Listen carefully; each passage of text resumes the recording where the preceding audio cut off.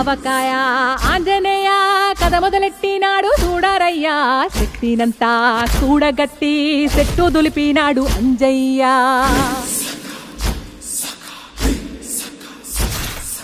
ఎర్ర ఛాయ కోతి అవతార వెంటమాయ కత్తి సేత పట్టకుండా కాయ కోసినాడు కపిలయ్యా